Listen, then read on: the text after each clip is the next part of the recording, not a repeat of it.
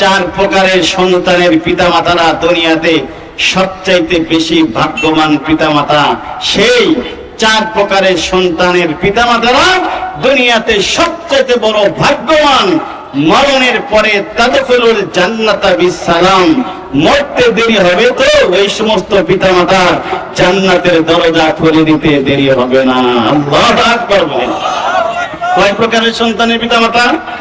চার প্রকারের। এই চার প্রকারের সন্তানের পিতামাতার মধ্যে যদি আমি আপনি শামিল হয়ে থাকি তাহলে নসিব ভালো, কপাল ভালো, কপাল ভালো। নবীজি বলেন তোমার টেনশন নাই, চিন্তার কারণ নাই। মরণের পরে তাদখুলুল জান্নাতা বিসসালাম, সরাসরি মরবি তো আল্লাহর জান্নাতের মেহমান হয়ে যাবি। আল্লাহু আকবার।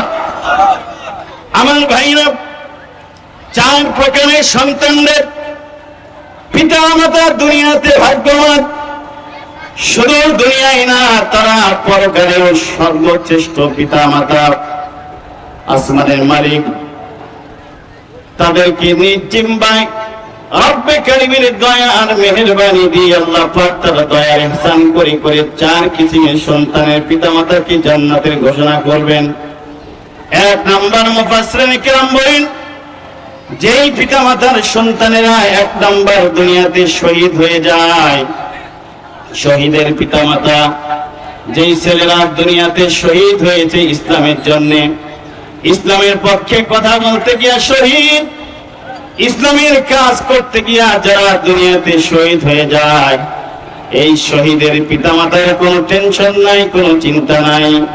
ময়দানে মাশরে শহীদদের পিতামাতাকে আল্লাহ রাব্বুল আলামিন নিজ জিম্মায় বিনা হিসাবে শহীদের পিতামাতাকে আল্লাহ জান্নাতের বাড়ি পৌঁছায় দিবে। আল্লাহু আকবার বলেন। তাহলে এক নম্বর হইল শহীদের পিতামাতা যদি হওয়া যায়, তার চাইতে বড় ভাগ্যবান আর দুনিয়াতে কেউ হতে পারে না। আল্লাহর রাসূলের সাহাবীরা যখন শুনেছেন শহীদদের পিতামাতা হওয়ার জন্য তারা পাগল পড়া হয়ে গেছেন, 2 মিনিট একটা হাদিস মনে পড়ে গেল, বলার কথা না, তারপরে সংক্ষিপ্ত ভাবে শোনাই। আল্লাহর রাসূলের প্রিয় সাহাবী হারেস ছোট্টবেলায় যিনি শাহাদাত বরণ করেছেন, বালেক হয় নাই, বয়স হয় নাই, অল্প বয়সেই শহীদ হয়ে গেছে। হারেসের পিতাও ছিলেন শহীদ। আল্লাহর রাসূল যুদ্ধের ময়দানের দামামা ভিজে গেছে, নবীজি সাহাবীদেরকে তৈরি করছেন যুদ্ধের ময়দানের জন্য, সাহাবীদের নাম লিখতেছেন। হারেজের বিবি শুনেছে আল্লাহর রাসূল সাহাবীদের নাম তালিকা করতেছেন জিহাদের ময়দানে যাওয়ার জন্য। আল্লাহর রাসূলের সাহাবী তার বিবি হারেসের মা, হারেস তখন ছোট্টবেলায় হারেস ঘুমিয়েছেন। হারেসের মা হারেসকে ঘুম থেকে উঠায় দিয়ে বলে, হারেস চলো যাই, জলদি যাই। আল্লাহর রাসূল মসজিদে নববীর ভিতরে সাহাবীদের তালিকা করতেছেন যুদ্ধের ময়দানে যাওয়ার জন্য। আমি যদি মন চাই আমি শহীদের মা হয়ে যাব, আমি যদি শহীদের মা হতে পারতাম আমার জীবনটা না কত ধন্য হয়ে যেত রে। হারেস চল যাই, যুদ্ধের ময়দানের জন্য তোর নামটা আল্লাহর রাসূলের দপ্তরে লিখে দেই। হারেস ঘুম থেকে জাগ্রত করে হারেসের মা হারেসকে লইয়া আল্লাহর রাসূলের দরবারে আসলেন। একটা তরবারি দিয়ে নিয়ে আসছেন।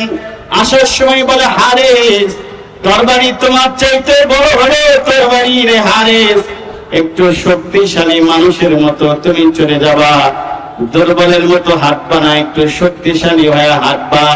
নবী যেন দেখে মনে করে না বাচ্চা ছোট হলেও শক্তি আছে। কেমন জান্নাতে যাওয়ার আগ্রহ, শহীদের মা হওয়ার আগ্রহ। আল্লাহ নবীর দরবারে গিয়ে বলে, ওগো নবীজি, এই যে আমার ছোট্ট বাচ্চা হারেস আছে, আমার হারেসের নামটা আপনার জিহাদের দপ্তরে, সাহাবীদের দপ্তরে নামটা লিখে নেন। আল্লাহর রাসূল বলে, মারে তোমার সন্তান তো জিহাদের ময়দানে যাওয়ার বয়স তো হয় নাই, কারণ তাকায় দেখতেছি ওর চাইতে তরবারিটা বেশি বড়, জিহাদের ময়দানে গিয়ে যুদ্ধ করতে পারবে না। হারেসের মা কাঁদে আর কয়, নবীজি যুদ্ধ না করতে পারলেও তো ঢাল তরবারি গুলা আগায়া দিতে পারবে। নবীজি আপনি আমার সন্তানকে লওয়া যান। সঞ্জীবনী বলি হারেস ছোট্ট বাচ্চা, তিনি বলে, ওগো নবীজি যুদ্ধের ময়দানে আমার শক্তি আছে, আমি যুদ্ধের ময়দানে দাও তরবারিগুলা আগায়া দিতে পারবো গো নবীজি, আমার লয়া চলেন।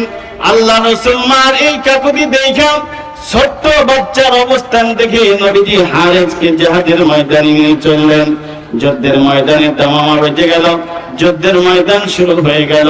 ছোট্ট বাচ্চা হারেস জিহাদের ময়দানে ছোট্ট তরবারিটা ঘোরাতে ঘোরাতে হারেস নিজের তরবারিটা নিজের পায়ের গিরালির মধ্যে লেগে গেল।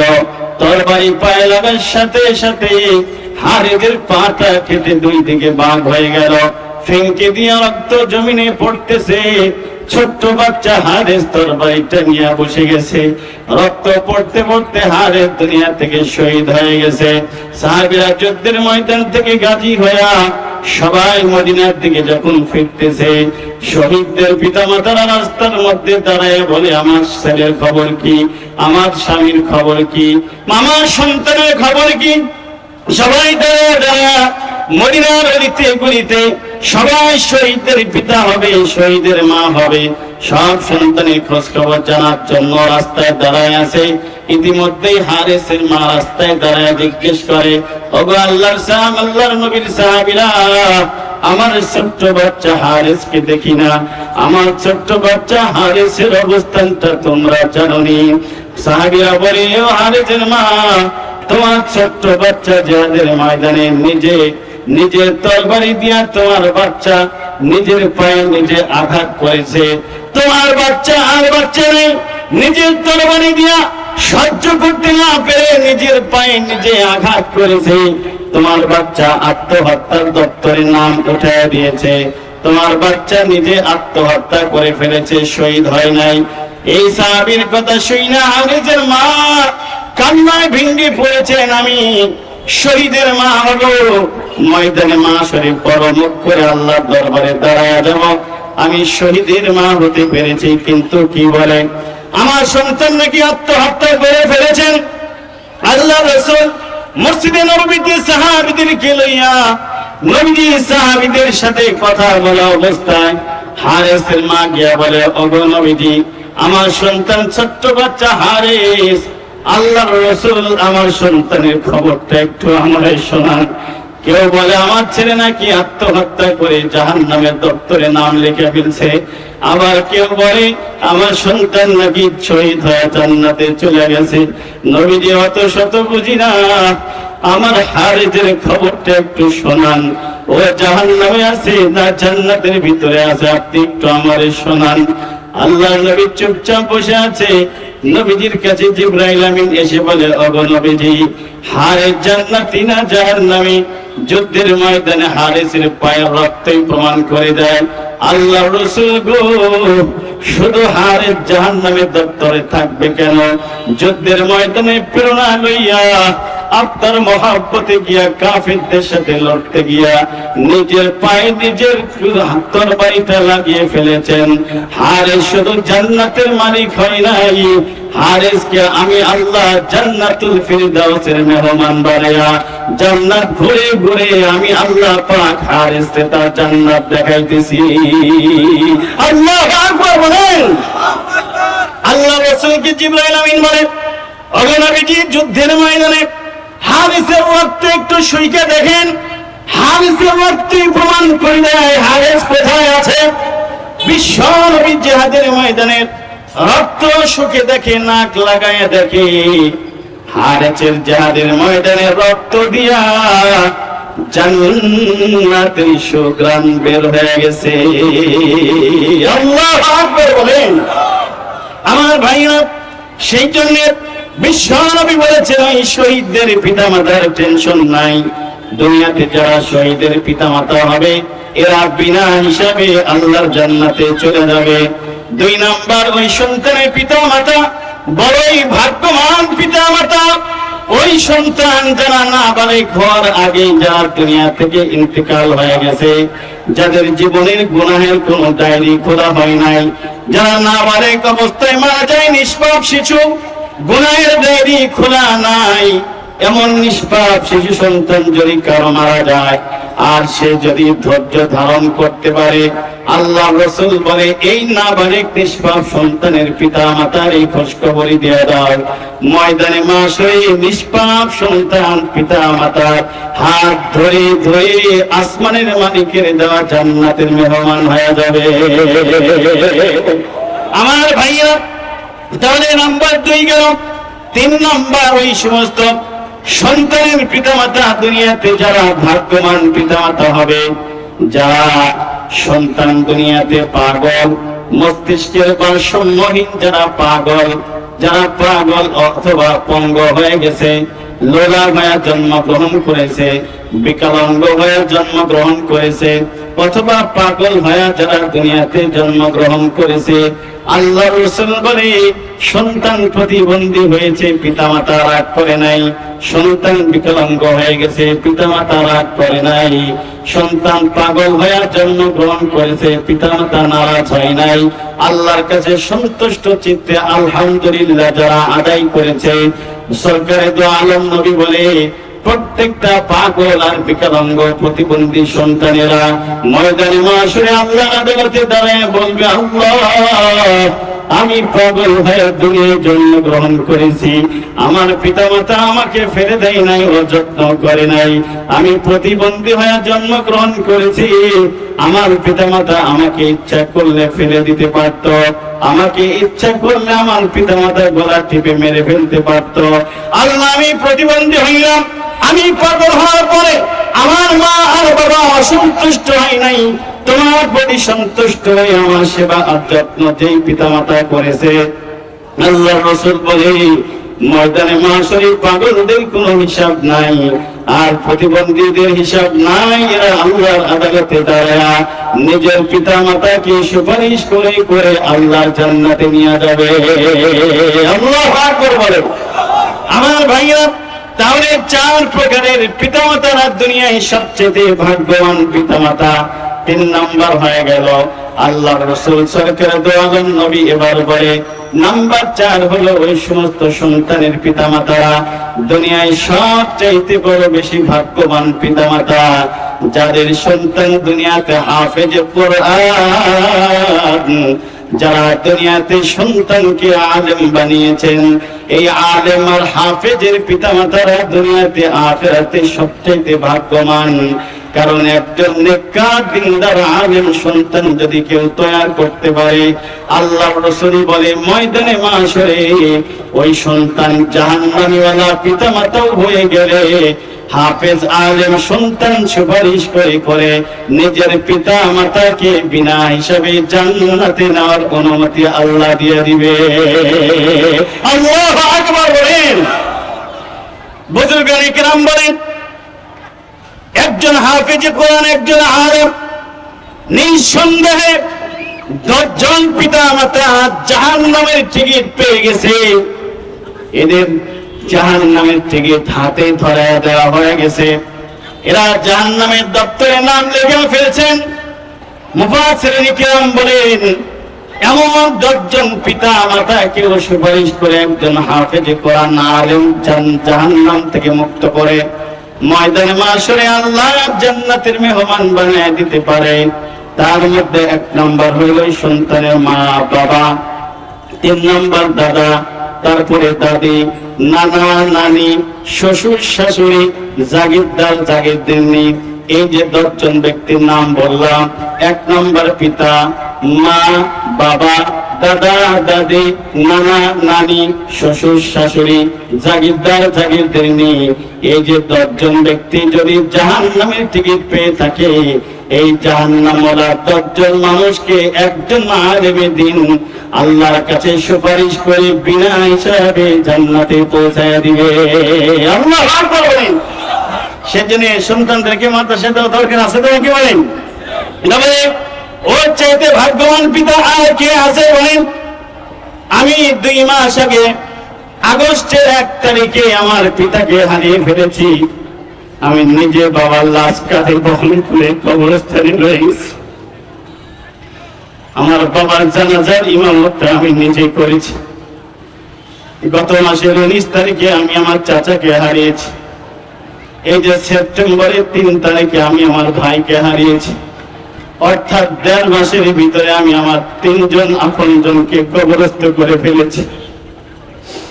বাবার ইন্তিকালের পর থেকে এখন পর্যন্ত আমি স্বাভাবিক হতে পারি নাই, সবাই স্বাভাবিক হয়ে গেছে। কারণ আমি আমার পিতাকে এখন পর্যন্ত বলতে পারি না।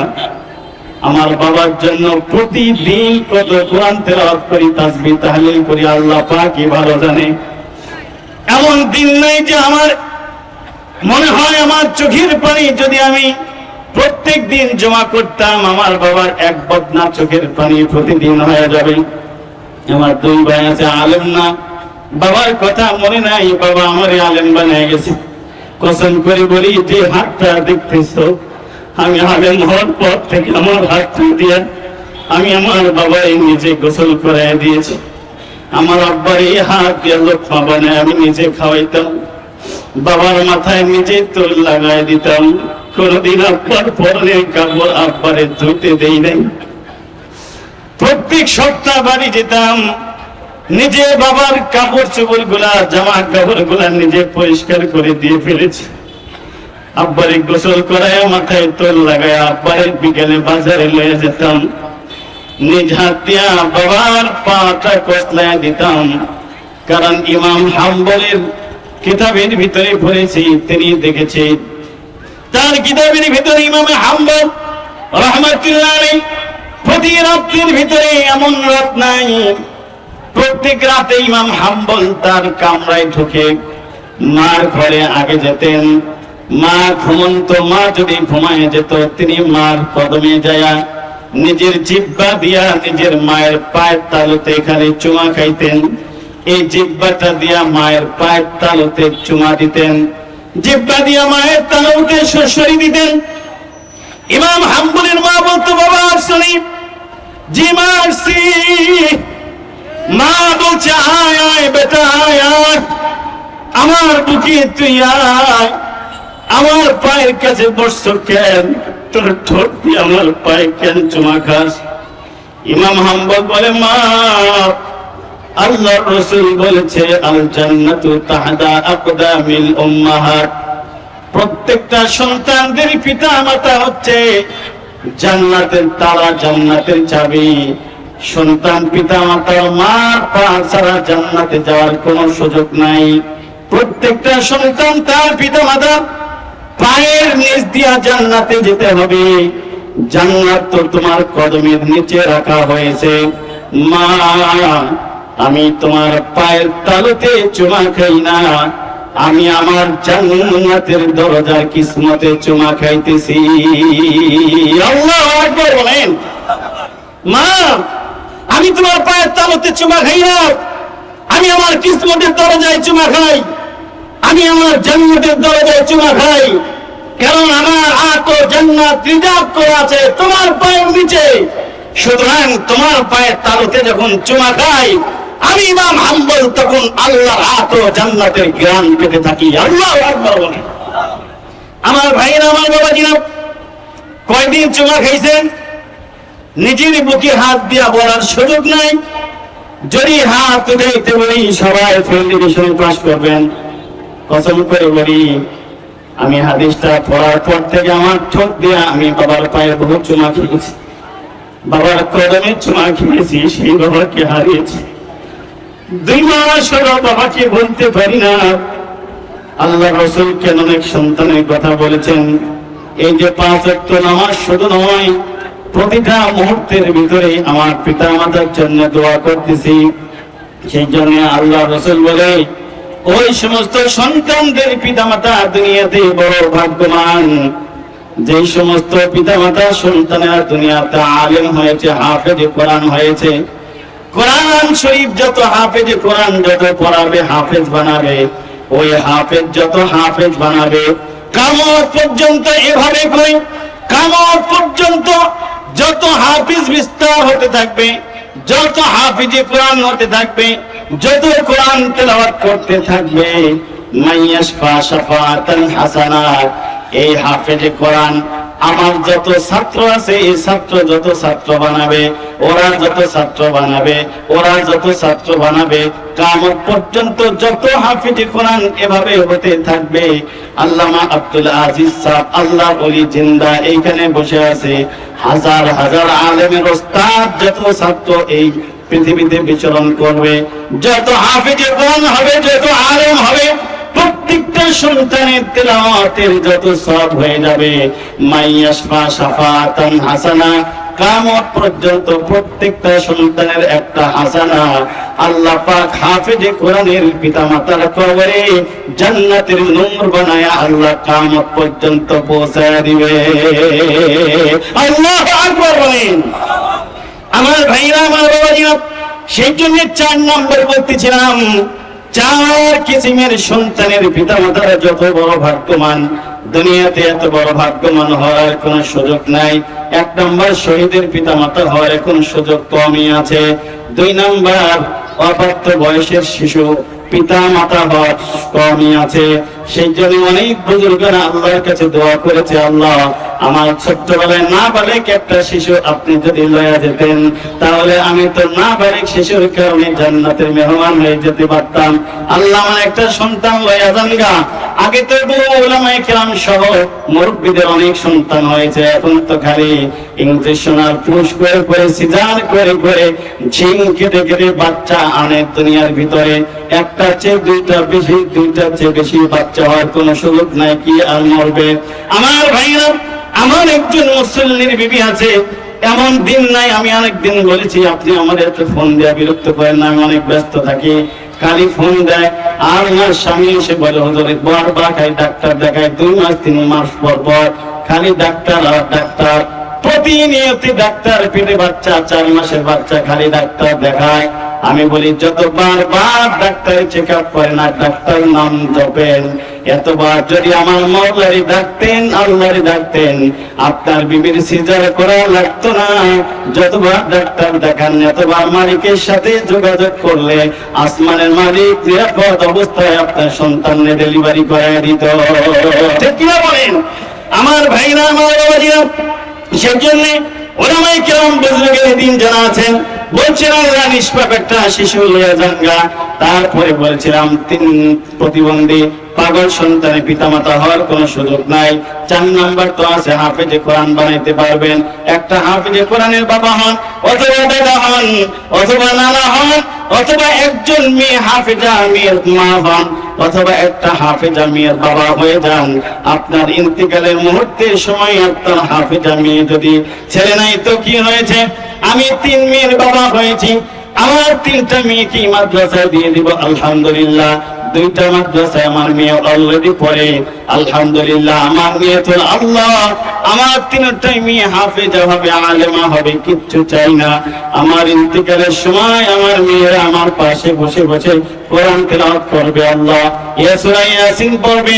আমার ইন্তিকালের পরে জায়নামাজের মুসাল্লায় বসে বসে আমার মেয়েরা যখন আল্লাহর আদালতে দোয়া করতে থাকবে, আল্লাহর রাসূল বলে সন্তানের চোখের পানি গাল বেয়ে বেয়ে পড়ার আগে আসমানের মালিক প্রত্যেক পিতামাতার কবরটা, আসমানের মালিক জাহান্নামের আগুন হটায়া জান্নাতের আলো দিয়া ভরপুর করে দেয়। আল্লাহু আকবার বলেন। যেদিন আমার ভাইরা মাদ্রাসায় ম্যাক্সিমাম শিক্ষিত মানুষের ছেলে মেয়েরা মাদ্রাসায় দিতে চায় না। আমার একজন বন্ধু আছে আপনাদের এই ক্যান্টনমেন্টের মেজর, তিনি গত 2 দিন আগেও তিনি আমার কাছে তার ছেলেকে নিয়ে দোয়া নিয়ে আসছে, হুজুর এই যে আমার ছেলে টানছি দোয়া দিয়ে দেন। ও ঘাটাল এক মাদ্রাসায় পড়ে, ব্রাহ্মণ শাসনের দিকে এক মাদ্রাসায় তিনি দিয়েছেন, শ্বশুরালয়ে তিনি দিয়েছেন। বলছেন একটা ছেলে হুজুর, আবার পেটে বিবির পেটে বাচ্চা আছে, যা হয় মেয়ে হলেও দিমু মাদ্রাসায়, হুজুর ছেলে হলেও দিমু মাদ্রাসায়। আমার ভাইরা, আমার বাবাজিরা, সবাই যদি এরকম হয়ে যেত, আপনি ডিসি বানান, এসপি বানান, এমপি বানান, সচিব বানান, মন্ত্রী বানান, আমার এটা কখনো না নাই বিরোধিতা করি না।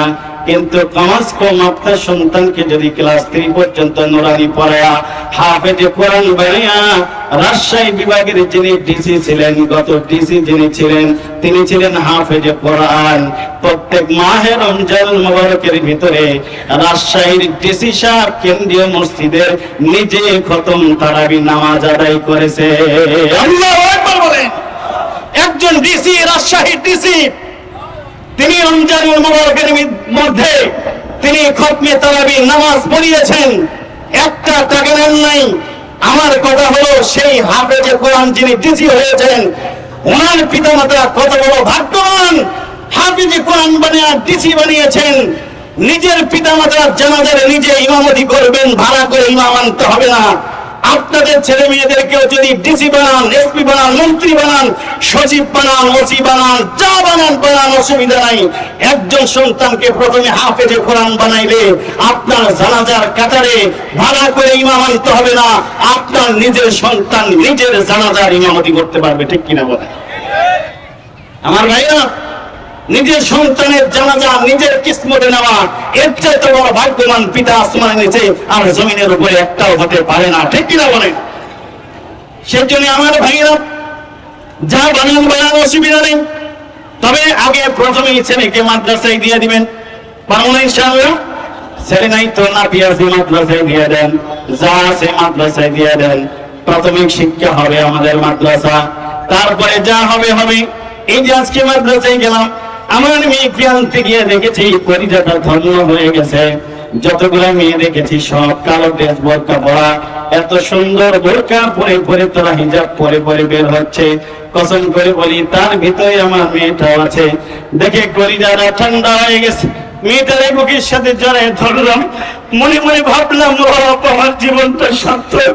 আমার এই ছোট্ট মেয়ে অন্য রাস্তায় বের হয় না, সে এখনো পর্যন্ত ওড়না নেওয়ার বয়স হয় নাই, কিন্তু বলে আব্বা ওড়না আমার ঘরেও নিতে হবে, ফেরেশতাও তো ঘরে থাকে, লজ্জা করে না। এই যে ছোট্ট মেয়ের দিলের ভিতরে এমন তামান্না, বাইরে এই দিনদার পরহেজগারী একজন মেয়ে যদি আপনার হয়, এমন যদি একটা মেয়ে বানাইতে পারেন, খোদার কসম করে বলি খাজা মঈনুদ্দিন চিশতির মতো সন্তান আপনার মেয়ের পেট থেকে জন্মগ্রহণ করা আজ সম্ভব আছে। ঠিক কিনা বলেন? আল্লাহু আকবার বলেন।